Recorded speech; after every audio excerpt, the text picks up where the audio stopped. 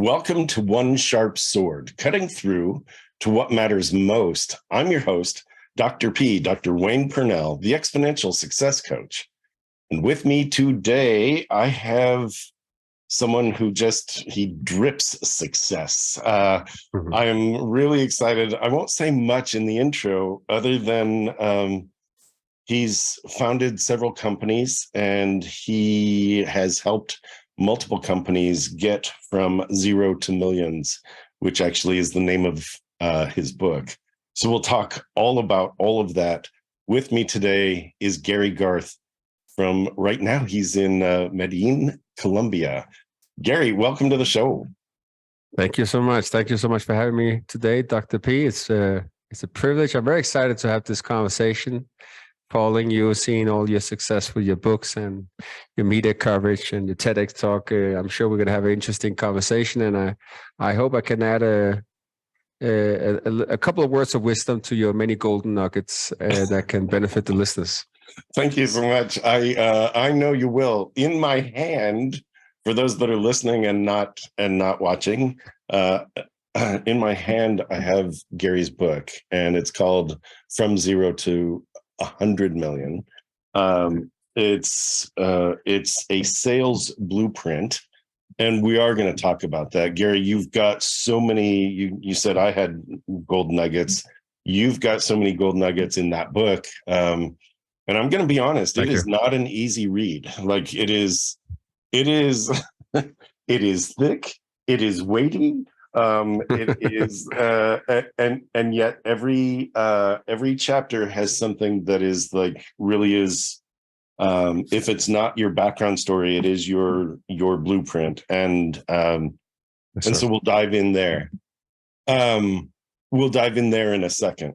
First, I always like to start with how you got here. I think that because we're all in our own journey at whatever place we are. And it's not too late to start a different path. It just isn't. You can start a new path at any point. And Amen. Right. So talk a little bit about what your start was and where you decided, like, oh, dang, all of a sudden, like, I don't have to just do this. I can, and your world opens up. If you can talk a little bit about that, correct. I think there are going to be many gold nuggets in there too. Yes, absolutely. And to your point, I've pivoted into a new path several times throughout my course. It all started, we wind back the clock. I started out as an entrepreneur already when I was 19 years old. I'm originally from Denmark, Europe, Nordic country, the Vikings, if people can relate to that. And so I've answered these questions a lot of times, like, how the heck did you end up in Latin America or Nicaragua and Miami, where I've been residing over the past years? But it all started in Denmark. I started the business when I was about 19 years old. I had like a zero experience, but basically opened up. We are the first to sell DVD players and DVD movies that were encoded in the United States. I had basically visited my brother, who back then lived in Texas. And this is for anybody of young listeners, this is before you used to stream. This is DVDs, these small little round discs you put in. Back then, there was a regional coding system. So movies, for example, in US would come out like six to 9 months before they would hit the cinemas in Europe and Denmark. So I had this great idea walking into Blockbuster that then and saw all these movies at $4 or $5 promoted, discounted, that were not even showing in the movies in Denmark yet. So I filled up basically 3 suitcases, spent all my savings, and started a little store that then became 2. Then we became the first online store. We did everything wrong, probably over many times, but I learned a lot, and I was fortunate to sell that part of the business and got some early life experiences from an entrepreneurial standpoint about what I like to do, what I was good at, what I was definitely not good at as well. And by a sheer coincidence, I got into sales from there. you can say as an entrepreneur, you're always in sales, right? I preach that a lot in my book. So that's one of the very first chapters, right? As a founder, as a business owner, you need to be the chief sales evangelist, basically, of your company and your products and your vision and your value, everything. But so I learned that early on, and then start getting into sales and learned a lot by starting in, I call it like the school of hard knocks. This was like imagine a boiler room, right? An old school phone sitting up and you're basically not hanging up the phone, you're typing on the next one. You only have call sheets. There was no LinkedIn where you can investigate prospects and get firmographics or demographics. And it was basically just calling up on a list. So when you learn sales that way, you learn, the principles of persuasion. You learn all the emotional triggers. You learn what makes people buy. So I learned a lot from those experiences, and that dwelled into me all of a sudden opening up some of the largest outbound call centers in Denmark. Had hundreds of reps. Learned how to identify what makes a top performing sales rep, how to develop them, how to motivate them, how to create structured systems and processes, everything in order to create a lean, mean sales machine, so to speak. And from then I dwelled into radio advertising by sheer coincidence. I was recruited to be managing sales director for the largest radio network in Europe, Radio Energy, but yet for the Danish division. And then I started learning about media sales, broadcast advertising, etc. Did that for five years, tripled revenue over that period of time. But this is back in 2010, just to fast forward a little bit. And if everybody recall, then, digital advertising was really winning the terrain. And every time I went to a media agency or an advertiser to talk about renewal of the advertising agreement, annual contract, whatever, they would say, yeah, no, we're going to allocate some of those funds, Gary, to Google ads or some sort of display advertising. So I was like, okay, maybe time for me to shift direction. And at the same time, the Danish government had a program that basically Denmark provides a lot of foreign aid to third world countries. Everywhere in Europe, to Asia, to Central Latin America.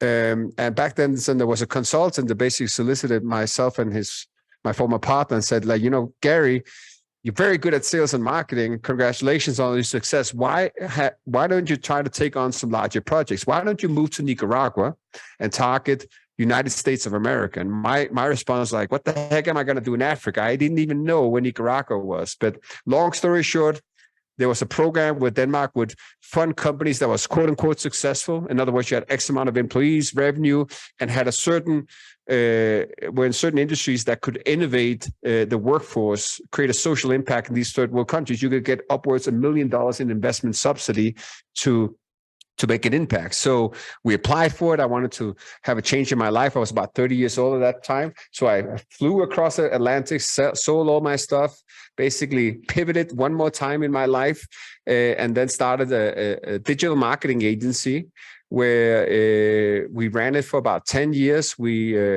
were nominated as fastest growing company 4 years in a row on the Inc. 5000 list.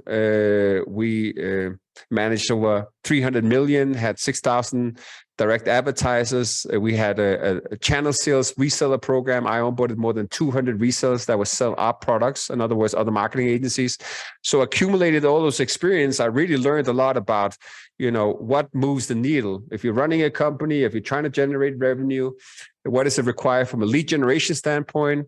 What kind of sales process systems do you need to have in place? And how do you make sure that basically you can, as I put in my book, scale a company from 0 to 100 million. So in 2020, right before COVID, I decided to sell my shares in the company. I was gone tired of it. There was several different strategic decisions to that. I had stepped down as a CEO a couple of years before that, developed this new partner program that was now the predominant revenue stream, and decided, now it's time for me to make a change. I was basically tired of, I felt I was living without purpose, to point it out that way. I was making an impact. I created all these great jobs for people. A lot of people, former employees now run their own companies. Some work in Silicon Valley and Google, Microsoft. A lot of people, I touched their lives that way directly. But at the same time, my 16% of our advertising portfolio was personal injury attorney lawyers, right? And I'm basically just moving advertising dollars to these big technology platforms that are paying zero income tax. So I was like, how the heck am I helping the world become a better place? Like really, in this case, and I just turned 40 years old, so I decided to share my shares. I took a year sabbatical. I traveled all around the world and did everything, every type of plant medicine that exists. Try to invoke my spiritual path and see what do I want to do when I grow up, so to speak. And that led me here to Medellin, Colombia, where I started out as an angel investor, invested in some companies, my own projects, my most. That's why I read my book, wrote my book, The 100 Million Sales Blueprint. That's also why I published this planner, the Goals, Grit, and Greatness Planner. Which is also designed for entrepreneurs and high achievers on how to reshape their life and how to become a top performer, how to ignite your why. And then I tied that up with my growth accelerator program. So basically we work with companies from A to Z, a lot in the addiction treatment center industry and mental health care, because that's a topic I'm very passionate about. I was about to invest in 2 rehabs back in 2020 when I was going to use some of the exit money I got to delve into that industry. I had some personal relations close to me that had suffered greatly from addiction. So I wanted, I was blown away by the statistics that there's 23 million Americans that suffer from addictions. Only 11% of those 23 million actually receive treatment. At the same time, you have all these centers and providers that are not operating at maximum capacity. So it's like, where's the gap? So I think I can maybe help close that gap with my experience. So that led me to develop this program, a growth accelerator. So we help companies both with lead generation, both with creating systems and putting system in place so leads doesn't fall through the cracks, and then also rolling out sales enablement programs to make sure that they close those leads. That was basically, apologies for the long rant, but that's how I came to this point where I said, I've looked under the hood of more than 10,000 companies that I've helped manage advertising campaigns and work with hundreds of resellers. And I started to see patterns. Like there's a reason why the common statistic that 80% of startups cease to exist within 18 months, right? And only less than 10% of those 20% that survive ever make it above the $1 million annual recurring revenues threshold. Why is that? Typically, from my experience, is because they may be great at the profession. They may have a groundbreaking concept. They may be very innovative, but they have a poor go-to-market strategy. They might have the right marketing agency to generate a lot of leads. But what happens if all those leads fall through the cracks because they don't have the right CRM in place, sales enablement technology, everything? They're not tracking everything. They don't have all the right KPIs in place. And at the same time, I saw you can do those 2 things, but if you have a poor sales process, if you have sales that are not passionate about the product and purposefully position it in an effective way and winning up customers for the long and short term, then you're also doomed to fail, right? So that's why I said I need to roll out something where we basically help companies take control of revenue optimization. And that's why I'm here today. That's amazing. All right. So I've been taking notes along the way. And what you said in the last 3 minutes, there are nuggets in there, and there are places where I know each business has a gap. From everything from, you didn't mention OKRs, but KPIs, everything from like your go-to market strategy is just, that's something that I definitely want to dive into. That said, I want to roll back the clock a second to when you were 19 and you were selling the DVDs machines, right? Yes. So what you said was, and we did everything wrong. Here's the thing that just sticks with me over and over and over again is that most successful people will say, you've got to be able to fail or get out there and fail. And what you said it differently, which was really important, because I think too often the message is go out and fail, which is the wrong message. The message is go out and do, and you will learn along the way what works and what doesn't. And when you said we did everything wrong, you kept going. Yeah. It wasn't like, Yeah. oh, we failed. Oh, yeah. It Amen. was right. So Totally. can you just talk about your mindset at that place where you go, well, dang, that didn't work. Like that had to have been a really hard time for you. It was 24 years ago, but still probably very current for you in the things you do now. So can you just talk about that? Yeah, absolutely. Failure, learning from failure, how it's not failure. Like it just bugs me when I've got mentors and I hear influencers out there going, you got to get out and fail. It's like, you got to get out and do. It's a different statement. Correct. Yeah, no, you're absolutely right on the money there. And like to everybody who's tuning in from and watching the video, the recording here, you can see it in the back of me. I got Dennis Rodman flying, right? And it says, give everything, right? I'm a big basketball advocate. I used to play a lot of sports throughout my whole youth. So I on that. Well, you're a big guy, right? You're 6'5". I'm 6'5", yes. I was not big enough for the NBA per se, but I was kind of big in Denmark. But it's the same. Like I love to quote Michael Jordan, and as he says, I think it goes, I've been trusted 26 times to take the game-winning shot, and I missed, and I failed over and over and over again, and that's why I succeed, right? You just got to take massive action, go out and execute. To some extent, try to mitigate the failure. Obviously, that's huge, and there's a lot of things you can do to reduce the probability of failing. But you can also get stuck in analysis paralysis and never take action, right? So there's several different factors, and it's not just always black and white.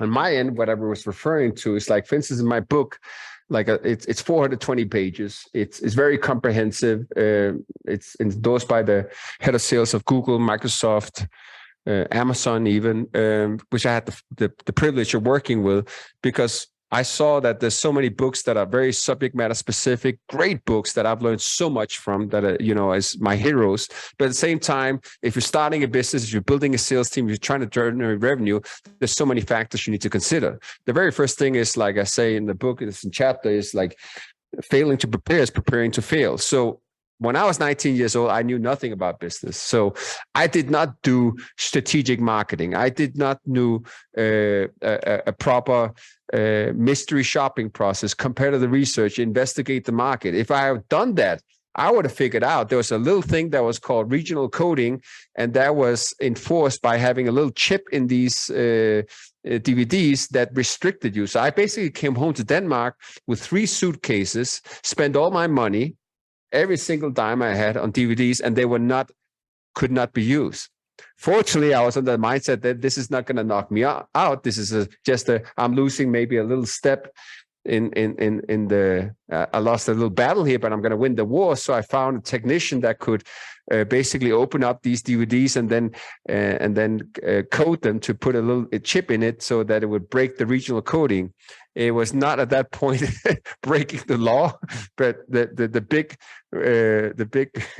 movie houses, etc., did come after us eventually when they saw that all of a sudden we were stealing a lot of their business. So my point is that I see this again and again. Like companies, they haven't necessarily they thought about their product. They innovated it. There's a new angle to everything, but they haven't spent time in understanding, okay, what's the total addressable market? What does my customers look like? How am I going to get in front of them? How much does it cost in order to acquire their attention? And once I acquire the attention, how am I going to push them down the sales and marketing funnel for essentially them becoming a customer and them sticking around as a customer? There's a lot of thought process that has to go into that. And with my early ventures, that's where I learned a lot about, conducting proper research. And as I mentioned, I have a whole chapter devoted to that on how it's about 25 pages in terms of, like, before you launch your business, how do you really define your ideal customer profile and avatar, etc. So a lot of people talk about, know what your customer avatar is. And most people, and I did this early on too, is like, well, I'd like someone who's between 30 and 70, and I could serve everybody. And it's like, that's not an avatar, Yeah, right? yeah. Really get really, really, really specific. Here's what I love about everything you're talking about, Gary, is that we need to give ourselves a little grace for not knowing everything. That's the first thing. That, it's like you didn't know what you didn't know. All I know is Business, that I know nothing. right? That you start with that assumption that I don't know everything, and I am going to learn along the way. I think that the business owners are like, I'm going to start this business, I'm going to make $1 million, and it's going to go big, and it's like, well, you didn't do any market research. It's like, well, I know what people want because I know what I want. And it's like, you may or may not be your best customer, and you may or may not be your best avatar. I love that in the book, you do walk through, here's what this is, here's what it means, here's what this is, here's what it means. And so no matter where you are, this is like applause for you, because no matter where you are, this for our audience, as you listen to this, no matter where you are in your own business life, whether you're working for somebody or you're starting out as an entrepreneur or you've been running your business for a while, you will learn something out of what Gary walks you through, because there are pieces that it's like, oh, I hadn't even thought about that. That wasn't even on my radar. It wasn't like, oh, you will have the aha moment just by some of the questions that are raised. Like, have you thought about this? The words you use, total addressable market. You don't hear that very often, right? It's like, well, I want to serve everybody. Well, who's everybody? Like, Yeah. 8 billion people on the planet, really? You're going to serve everybody? Yeah. So what is, total addressable market is like, narrow it. I'll give you an example. Like in one of my businesses, Elevate.io, for instance, we focus a lot on addiction treatments at industry. Mhm. But that's a very broad category. You can go to therapy as inpatient or there's outpatient. The mental health has a strong correlation with that. So there's things that's called dual diagnostic. If you're both suffering from an actual addiction, they also have mental health issues. And then there's the big companies that are owned by the venture capitalist firms. And there's a small little rehabs, personal rehabs, where it's a former addict that's very passionate about helping people out of recovery. For me, when I say to my sales team, it's like, okay, who's our ICP? Who's our ideal customer profile? Let's narrow that down to the T, like really make it precise and scope out a document where it's like, it's firmographics. It's then the demographics, who's the people within that organization you want to speak with. And that's what's the psychographics, like what moves them. So for instance, I say, okay, we need to narrow it down further. So our ideal customer profile that fits in our total addressable market, that's not just all of these 15,000 rehabs that exist. It's maybe the 2,000-3,000 where they have a strong offering. They're not at 100% occupancy rate. Maybe the cost to acquiring a customer, the cost per admission, is too high for it to sustainably scale so that they can hit occupancy. So there's a pain point, but they can deliver value and we can help close that gap. And we can be the hero for that company, that avatar who basically wants to go to the board of directors and show, like, listen, 2 months in a row, we've been now at 100% occupancy rate and we drove down the cost per acquisition by 20%. That's a success story that we want to pursue. That's the ideal customer profile. But if I went ahead and said, I'm just going to target the 15,000 in North America, or let's say the 30,000 worldwide, then I wouldn't be able to speak directly to their pain points about what they're trying, because they'll be like, no, Gary, we're doing fine. We're opening a new center. We are at 100. We have a 3-month wait list. Then I'm not personalizing the message and have an offer that fits directly to their needs. So it's about taking the steps a little bit more granular, because when you want to then take it to your marketing agency, or you want to start running ads, or you want to start doing outreach campaigns, I think we're all pretty tired of getting our emails inbox cluttered with generic standard offerings that's basically hi dear sir with generic could you be interested and so forth, or seeing ads that are not necessarily relevant and can help our cause.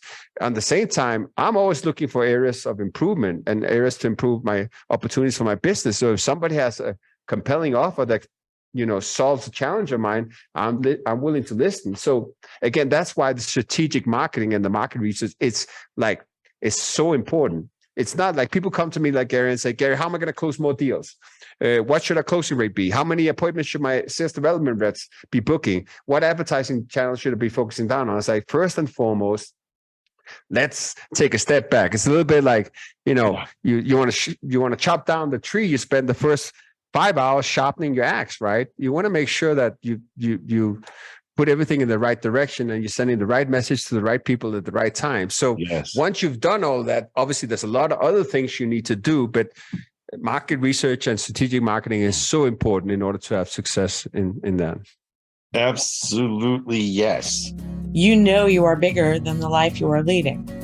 It really is time to attend to that thing you've wanted to do or have, but you've been putting off. It's time to step into that dream you've parked for someday. It's time to claim true well-being, both personally and professionally, without giving up the success that got you here.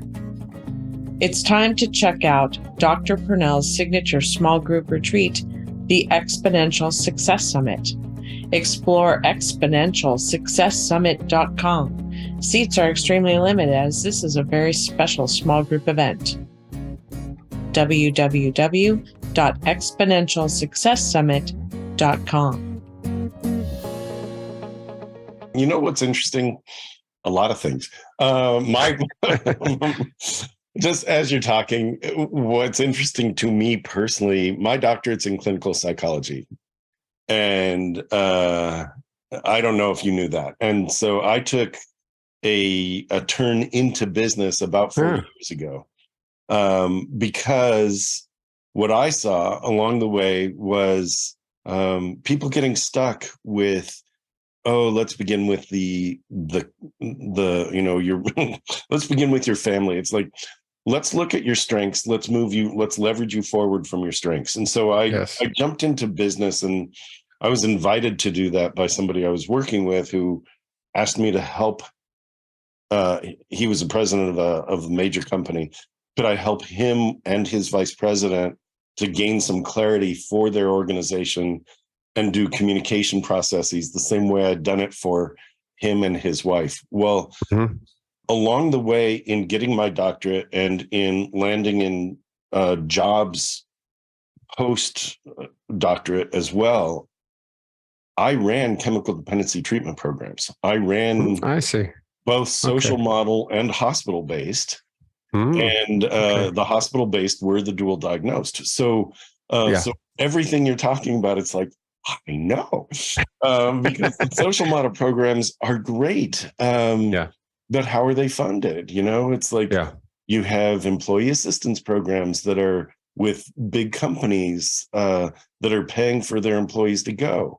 Or you have just mom and dad being at their wits' end about, their child that's in their teens or early 20s and seems to be in this recurring pattern. And what do they do? It's a very interesting thing. And so to market correctly, it's we don't have to get stuck in talking about chemical dependency treatment, but or rehab. It's a great analogy and metaphor for many other businesses. It's like, here's this niche market. And the people with the pain aren't always the customers, right? It's like the addicts, they're not necessarily in pain. They know their life is, problematic, but that's the families that are suffering. Yes. It's a pattern. It's something people get used to. We as humans get used to what we tolerate. And so, part of the work that I think you and I do, we do it very differently. And yet the result is to kind of shake people up from their status quo. It's like where you are is fine. and is fine, okay with you, because where you could be is so much bigger. And so to let go of the comfortable pain and to get into, wow, that growth that's possible, and that becomes actually easier once you have, in your world especially, once you have systems in place. Yeah. And people want to know what to do. Well, if I only make, X number of calls, it's a numbers game. I'll make, this many calls. And it's like, it's not always a numbers game. It's more of a target game. Right. Correct. Absolutely. Yeah. And so I would say it's, it's definitely the mechanics and so forth, but it's also definitely also, and I know you preach this a lot, is this the psychology behind it, right? The motivators behind it. So it's just to touch upon that, is like I like yourself. I have a chapter in the book also called "Double Down on your strengths and delegate your rest." So it's kind of like whatever you're doing in your profession, your career, you're running your own company. It's kind of trying to own it, right? Yeah. Trying to own it, trying to master it. I learned that the hard way several times over. For instance, I learned that I'm very good at understanding and creating solutions for companies, very quickly grasping the big picture, and trying to identify areas of opportunity from a sales and marketing standpoint, and then helping with system implementation. Maybe I'm not the best numbers guy. So in my last project, well, we had just hit the Inc. 5000 fourth year in the grow. We are growing exponentially. We had contracts with Google and Microsoft. We were high-end 8-figure revenue with 300 employees. That was beyond my as a CEO. You undergo different stages, like everybody in life. You undergo different phases. Like I'd gone from the startup company and motivating and doing a lot of sales, and then being a huge influencer, to all of a sudden you're sitting in the corner office. You're looking at spreadsheets and KPIs and talking about strategic objectives for next and reporting with board members. And that was just not me. So I wanted to be that because I thought I had to be that, right? This assumption of who we need to be, who we want to be, who the people expect us to be, especially nowadays with social media and this, all these taboos that are put on us on what we need to be, and all these shortcuts, and everybody wants to be an influencer and God knows what, then the success is going to rain on you. It's more like figuring out like what makes you happy and what can you thrive at, right? So in my end, like for instance, my former board, they sent me to Harvard to study finance for senior executives in Boston. I was sitting there at campus looking at all these spreadsheets and financial models and acquisition evaluation algorithms. I knew zero about it. And I was like scratching my head. It's like, what the heck am I doing? Why am I trying to, expand my knowledge in something that's obviously not something I'm passionate about, not something I'm good at, not something that I want to do. I could do it. I learned the basics. I learned a lot from it. But instead of just saying, okay, you know what? If we want that kind of CEO, then maybe we should hire. Allow me to do what I do best, and what has taken us to this place today. So I think that's a core thing also in attaining your success. So I that's one of the reasons why I actually published this, the Goals Grid and Greatness Planner, along with this coaching methodology around this. I've had coaches the last 20 years myself, 8 years in Tony Robbins, and was platinum member in that program, but also all these other coaching methodologies that exist. And, I've learned so much about what really makes me happy is always when I feel that I'm growing, I'm giving, basically. There's a purpose with everything I'm doing.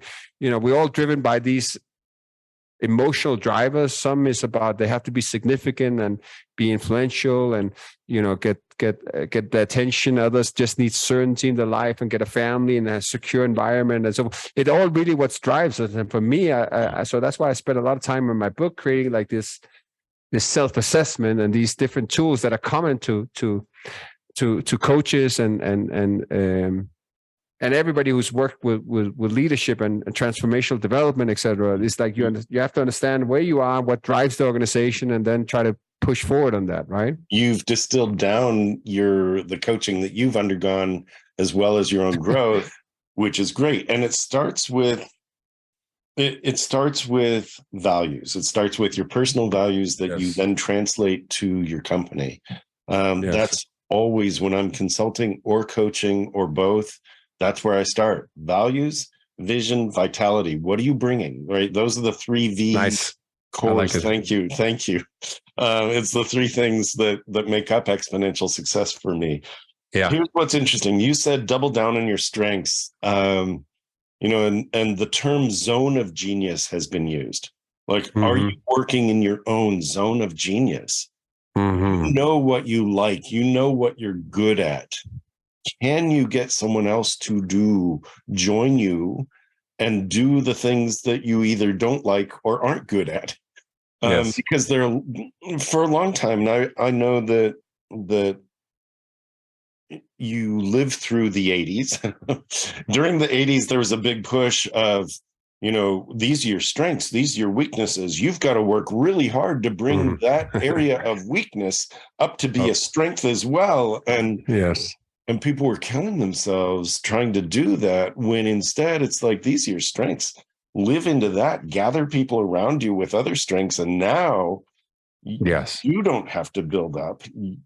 You have people that you're building up along with you, which I really love. The other thing, and I wanted to point this out.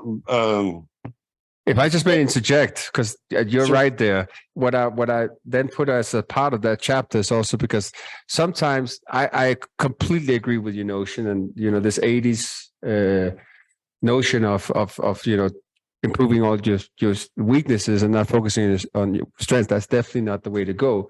At the same time, when you want to bring in people that can complement you, that's just like getting into a marriage.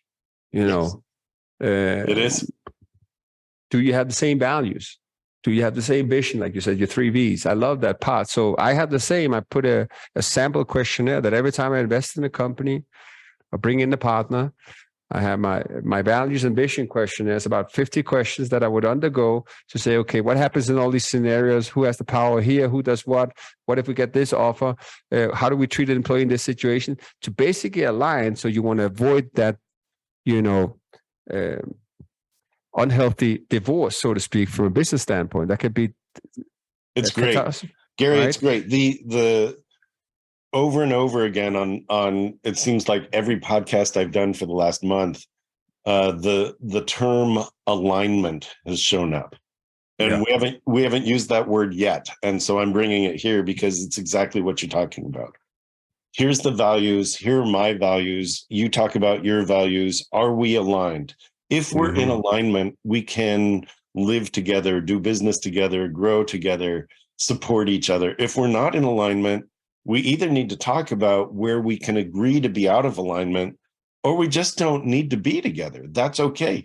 We can be aligned with other people out there because it's not a business entity that's in alignment with something. It's people who make up the business entity. People have values, right? So it's like, what are you bringing to this business? So important. It's so important. It's even more important than anything else, because you only have so much energy, and you can either spend it on solving that internal civil war on those conflicts, or you can spend it on external marketing, right? External energy and acquiring customers, growing your customers, making them happy. So that's why I said, that's why it's included. It's the core ingredient. Without that, you're not going anywhere. I want to reference a book of mine for a real quick second. The significance factor is about, at some point you look at yourself and you go, look at what I've got. Isn't that success? And at some point you move beyond that to the everybody holding up the mirrors around you and going, yay, you, and I get to go, yay, me. And it's like, that's success. Real significance, right? The significance factor is moving from success, redefining success as how many lives are you touching? How much are you really bettering the people in the world, the people around you? Are you lifting as you lead? All of that. And so you talk about growing and giving, and that's part of who you are. It's part of what your businesses do. Even when you're in sales, that's growing and giving. You are helping people to get better. And I think that's a mindset that is often missed as well. But I'm going to have to pick up that book, Dr. P. That's for sure.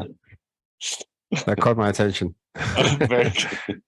Also look at the dynamic transitions, because as you Yeah, think about your to your point. psychology of where am I going next, it's Yes, a values journey. It's, well, this is what I valued, this is what I value now, but where am I heading? Right. So amen. Very um, powerful. let's talk about you, because I get to talk about me all the time. Let's talk about you.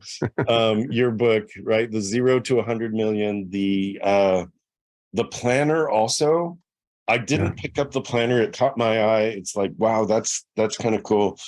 What's in the planner? Because this book it's like it is worth having. So I'm holding it up.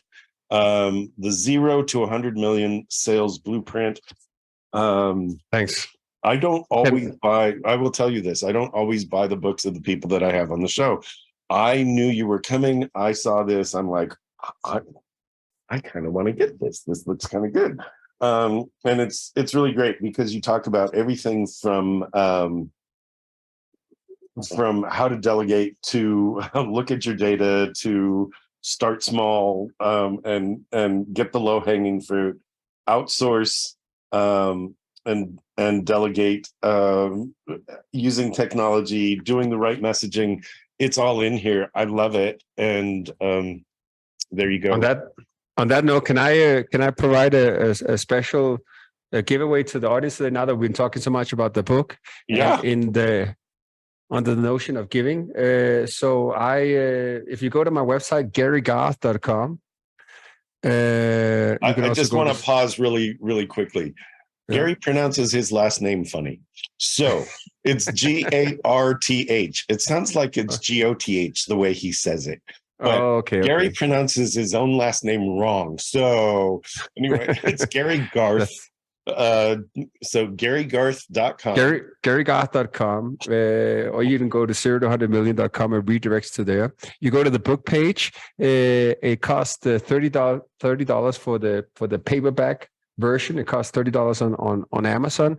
But for the next week, if you go in and then you go through the checkout process, there's a coupon code. If you apply the coupon code, one sharp sword, all in one, all small letters, then the price will be discounted to $0 with a $10 shipping and handling fee for all across US. And I hope everybody will take advantage of that. Pick up a copy, give me feedback. I'm eager to get feedback. And hopefully, let me put it this way. If you apply 1-2 of these lessons, just navigate straight to what is relevant for you and you apply them, I guarantee it's going to help transform you from a performance, sales, or revenue standpoint, whatever you're looking to improve. That's awesome. Thank you. So GaryGarth.com, go to the book page, use coupon code one sharp sword. Thank you. That is actually a surprise to me and a gift to my audience. Thank you so much. You're most welcome. I paid the full 30. So, hey. Oh, okay. I will. How about I send you a copy of the planner then? Expect that in your mail next week. It's all good. It's worth it. Seriously, it's worth it. And the fact that you're giving it away is amazing. So, that's great. So talk a little bit about the planner. What's in it? Is it for some people, this is a weekly planner and this is how you must open every page and write your mindset down and that kind of stuff. Or is it, what are your business goals? I don't know anything about what's in your planner. So talk about it. I've used probably every planner that's in the market. Sometimes I've been handed one by coaches. I'm a big believer. If you want something done, you need to write it down, right?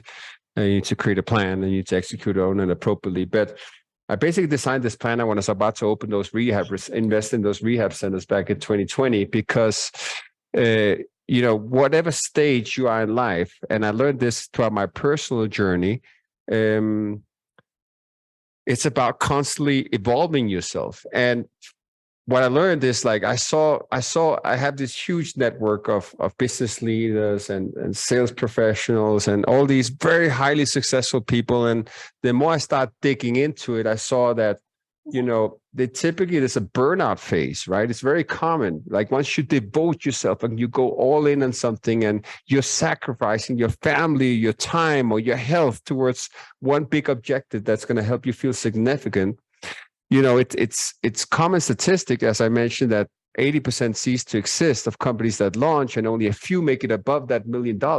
What surprised me was that 9 out of 10 of those people that make it beyond that $1 million in annual recurring revenue, that are quote unquote successful in the eyes of society, they either deal with mental health problems, addictions, depression, and it's really, it's mind blowing. So I struggle with that myself.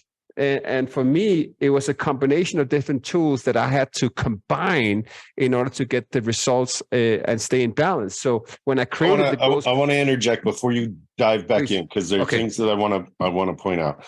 First of all, this is a huge nugget and a huge kind of psychological gift, which is whatever stage you're at in your life, it's about constantly evolving yourself. Just recognize you're not done. Everything that you've done to this point got you here. Mm-hmm. You get to choose what the next evolution looks like for yourself. That is huge. And it's so often that we just get into, it's another day, got to get going, work for the weekend. If we can get to Friday, then woohoo. And it's like, that's not a way to live. Like every day could be woohoo. Why not? And then burnout and sacrifice. Too often we go off to slay the dragons. We're going off on our big quest, and I'm doing this for my family.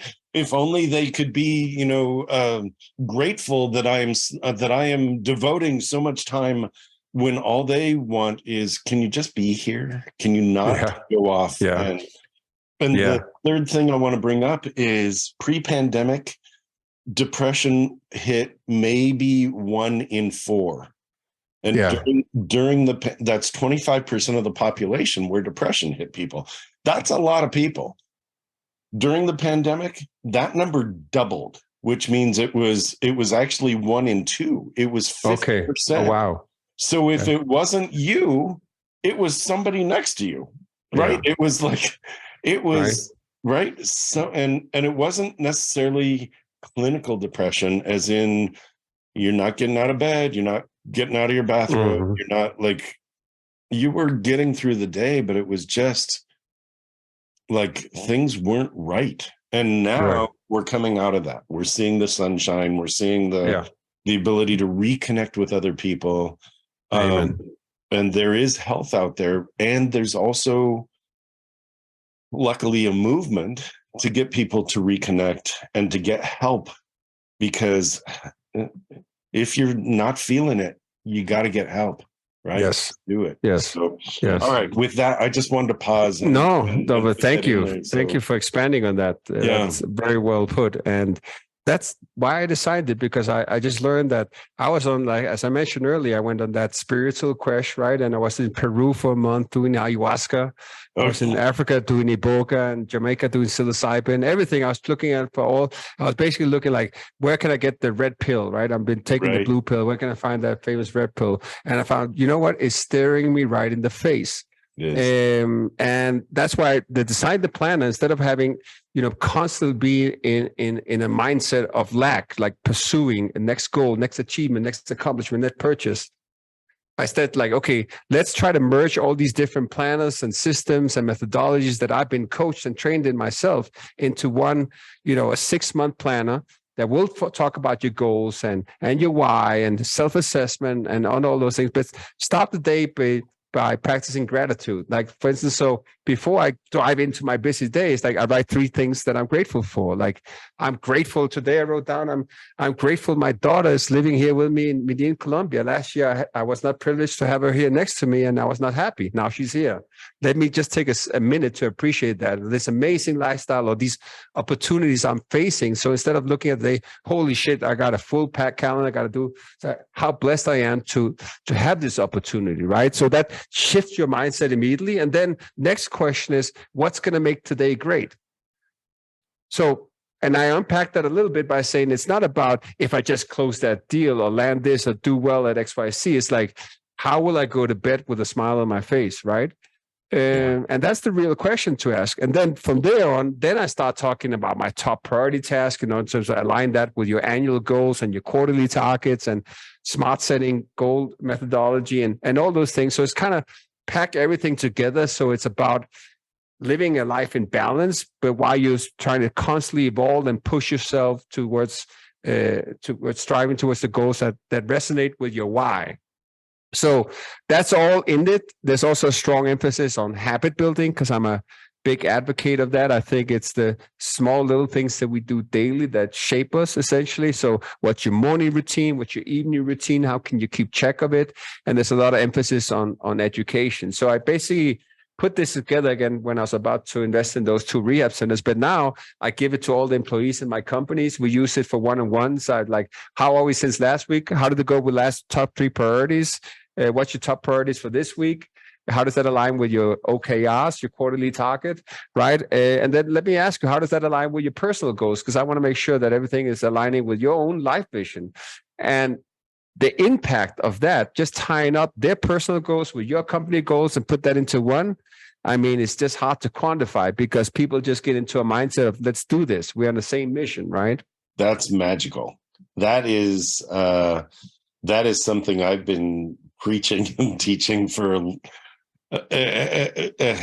anybody who would listen. It is not an easy concept, or maybe it's an easy concept, but it's not an easy practice. And that is great. That is really great. Let me ask you this, because what I thought was going to be, we're going to just talk for a little bit, has turned into a really fast hour almost. Okay. Yeah. So here we are, coming to the close of our program. The question I have for you is this: if there was something that you wanted to say that I haven't asked you about, like, what would be, is there anything, first of all, and if so, then what is it that you really want the audience to hear? Do we cover what you wanted to cover? Yes, I think we covered everything. But if there's one thing I would like to leave your audience with is, it's 2023, and there's a lot of uncertainty, and there's inflation, and everybody's running around scared, and Chat GPT and AI, is it going to take our jobs or not? And Silicon Valley Bank just shut down. I think now is the best time ever to double down on your strengths and launch your business or invest in yourself, right? Take things to the next level, right? Because when there is uncertainty, there's hesitation, and that leaves for opportunity for the ones who are willing to take that risk, and not necessarily because you have to fail, but make a calculated decision, invest the time in doing the proper research, figuring out why you want to do that. Is it really important? But if it's important for you and it's something you want to pursue, then go all in. Then now is the time to do it. That would be my encouragement to leave everybody. And whether that's however you find that knowledge or that support or that framework to get you to execute, just take action. Now is definitely the time to do it. I agree with you wholeheartedly. Awesome. Fantastic. All right. Where, I guess people can find you at GaryGarth.com. Yes. Okay. Very good. That will be in the show notes. All right. I highly recommend From Zero to 100 Million Sales Blueprint. I'm going to check out the planner. And Gary Garth, it has been a pleasure to have you here. Thank you so much for joining me. Dr. P, it was my pleasure. It was really fun. And anytime you want me back, I would love to have a follow-up conversation. I feel we could be going on for 2-3 hours easily. Yeah. Well, I would look forward to that personally. So I may find myself in Colombia. Who knows? And when you're back stateside, look me up. So great. Will do. Very good. Gary Garth has been my guest today. This is One Sharp Sword, cutting through to what matters most. I'm your host, Dr. P, Dr. Wayne Pernell, the Exponential Success Coach. We will see you here next week.